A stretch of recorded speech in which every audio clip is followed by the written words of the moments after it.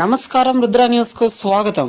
మాజీ ప్రధానమంత్రి అటల్ బిహారీ వాజ్పేయి విగ్రహ ఏర్పాటు చేయాలని కోరుతూ ఉస్నాబాద్ మున్సిపల్ చైర్పర్సన్ మరియు మున్సిపల్ కమిషనర్లకి అటల్ బిహారీ వాజ్పేయి అభిమాన సంఘం సభ్యులు వినతి పత్రం సమర్పించారు.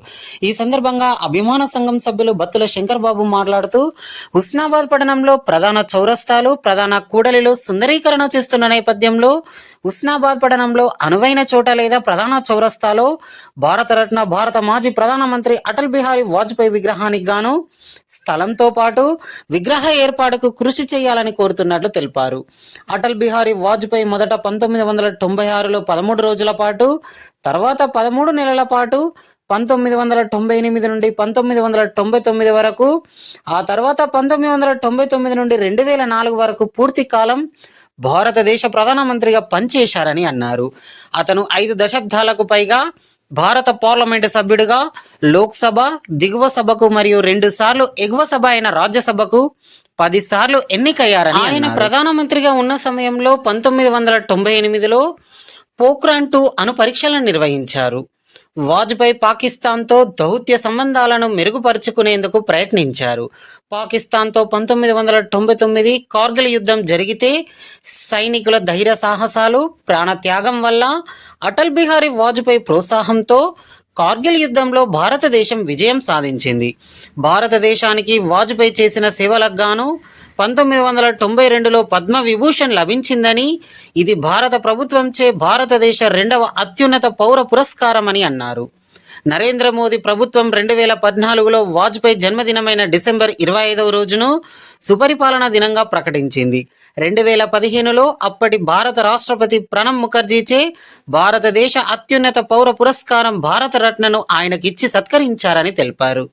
ఇలాంటి మహానుభావుని చరిత్రను, అనుభవాలను, ఆలోచనలను భావితరాలకు తెలియజేయాల్సిన అవసరం, గౌరవించాల్సిన బాధ్యత మనపై ఉందని, కావున ఉస్నాబాద్ పట్టణంలో అనువైన చోట లేదా ప్రధాన చౌరస్తాలో విగ్రహ ఏర్పాటుకు అనుమతి ఇవ్వాలని కోరుతున్నట్లు తెలిపారు.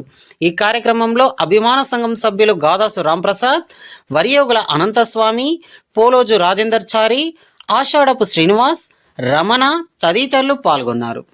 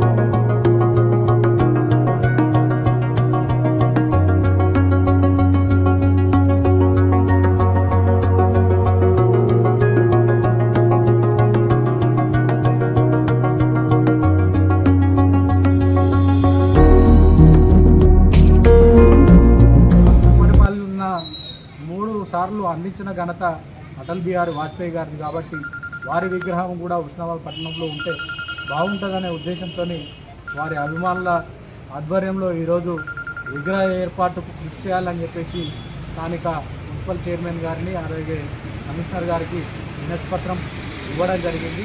మరి రాబోయే కాలంలో వాళ్ళు ఏ రకంగా మాకు అనుమతులు ఇస్తే ఆ రకంగా ఎక్కడ ప్లేస్ అనుకుంటే ఆ చోట మేము విగ్రహ ఏర్పాటుకు కృషి చేస్తామని చెప్పేసి, ఆ విధంగా ఆయన యొక్క సేవలకు గాను ఆయన విగ్రహం ఉంటే మంచిగా ఉంటుందని చెప్పి ఈ సందర్భంగా మేము భావిస్తూ వారికి నివాళులు అర్పించడం కానీ అలాగే వారిని స్మరించుకోవాల్సిన అవసరం మనకు ఉన్నది కాబట్టి భావితరాలు కూడా ఆయన 3 సార్లు ప్రధానమంత్రిగా పోఖ్రాన్ పరీక్షలు కానీ దేశ కార్గిల్ యుద్ధం కానీ స్వరాజ్యం కావాలని చెప్పేసి గ్రామాలలో కూడా రహదారులు ఉండాలని చెప్పేసి అనేక సేవలు ఆయన చెప్పాలంటే చాలా విషయాలు చాలా పనులు ఆయన చేసిండు కాబట్టి ఆయనను గుర్తుంచుకోవాల్సిన బాధ్యత గౌరవించాల్సిన బాధ్యత మనపైన ఉన్నది కాబట్టి ఈ సందర్భంగా వారి విగ్రహ ఏర్పాటుకు మేము పూనుకోవడం జరిగింది.